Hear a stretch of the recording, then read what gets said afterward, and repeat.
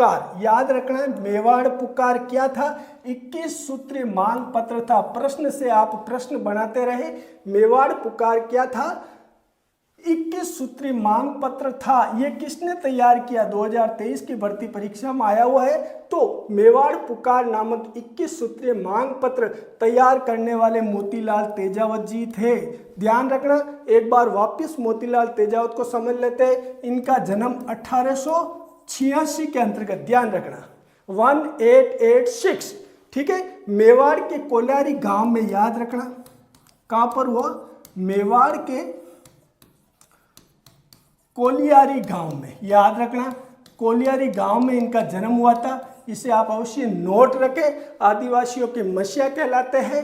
आदिवासी लोग इन्हें प्यार से बाबूजी कहते हैं, ठीक है। इन्होंने राजस्थान में एक ही आंदोलन की सूत्र चित्तौड़ के मातृकुंडिया में क्यों की थी, सामंती जुल्मों के खिलाफ किसानों से अत्यधिक लगान लिया जा रहा था, तो सामंती जुल्मों के खिलाफ एक ही आंदोलन चलाने वाले अपने मोतीलाल तेजावत जी थे।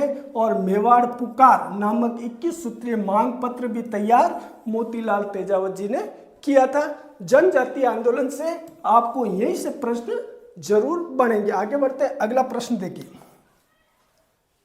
किसने भील शिक्षा के लिए खड़लई आश्रम की स्थापना की, 2024 की भर्ती परीक्षा में आया। देखो, किसने भील शिक्षा के लिए खड़लई आश्रम की स्थापना की थी, तो खड़लई आश्रम की स्थापना करने वाले माणिक्यलाल वर्मा थे। कौन थे, माणिक्यलाल वर्मा थे।